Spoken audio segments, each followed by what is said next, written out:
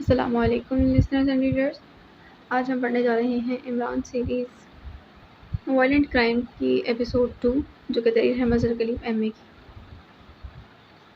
چلیے شروع کرتے ہیں. ناول شروع کرنے سے پہلے چینل کو سبسکرائب کریں، ویڈیو کو لائک کریں، بیل آئکن کو پریس کرنا ہرگز نہ بھولیں تاکہ ہر نئے آنے والے ناول کی اپڈیٹ آپ کو ملتی رہے. ساتھ ہی کمنٹ میں ضرور لکھ کر بتائیں کہ آپ کو اس کا پچھلا حصہ کیسا لگا. ٹائیگر نے کار گارڈن کلب کی 2 منزلہ عمارت کے کمپاؤنڈ میں موڑی اور پھر اسے پارکنگ کی طرف لے گیا. پارکنگ میں خاصی تعداد میں گاڑیاں موجود تھیں. ٹائیگر نے کار ایک خاص جگہ پر روکی، پھر نیچے اتر کر اس نے کار لاک کی. تیز تیز قدم اٹھاتا کلب کے مین گیٹ کی طرف بڑھتا چلا گیا.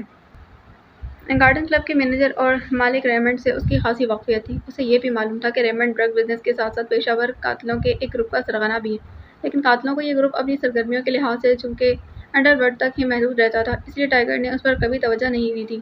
لیکن اب یہ بات سامنے آئی کہ فری لانسر فوٹوگرافر کاشف کو اس گروپ نے ہلاک کیا تو عمران نے اسے ریمنڈ سے اس پارٹی کا سراغ لگانے کے لیے کہا تھا. اس نے کاشف کے قتل کا ٹاسک دیا، اسی لیے ٹائیگر ریمنڈ سے ملنے آیا تھا. تھوڑی دیر بعد ٹائیگر کلب کے اندر داخل ہوا تو کلب کے ہال میں کافی تعداد میں عورتیں اور مرد موجود تھے. اس نے ایک نظر ہال میں ڈالی اور پھر مڑ کر کاؤنٹر کی جانب بڑھ گیا. کاؤنٹر پر 3 لڑکیاں موجود تھیں. ہیلو مس سویٹی، ٹائیگر نے کاؤنٹر کے قریب جا کر کہا. وہ چونکہ اس کلب میں آتا رہتا تھا اس لیے وہ یہاں کے عملے سے نہ صرف اچھی طرح واقف تھا بلکہ عملہ بھی اسے اچھی طرح جانتا تھا. اسے یہ بھی معلوم تھا کہ ریمنڈ کے بارے میں کلب میں جتنا یہ لڑکی سویٹی جانتی ہے اور کوئی نہیں جان سکتا. اوہ مسٹر ٹائیگر آپ؟ سویٹی نے چونک کر ٹائیگر کو دیکھتے کہا. تمہارے باس سے ملنا ہے. بولو کہاں ہے وہ؟ کس حال میں ہے؟ ٹائیگر نے مسکراتے کہا. کیا ملنا ضروری ہے؟ وہ ایک پارٹی کا بے چینی سے انتظار کر رہا ہے. سویٹی نے مسکراتے جواب دی. کس وقت آنا ہے پارٹی نے؟ ٹائیگر نے پوچھا. آنا تو ابھی تھا لیکن ابھی تک آئی نہیں، سویٹی نے کہا اور اسی وقت فون کی گھنٹی بج اٹھی. سویٹی نے ریسیور اٹھا لیا. تھوڑی دیر بعد اس نے کریڈل دبایا اور پھر ٹون آنے پر نمبر پریس کرنے شروع کر دی.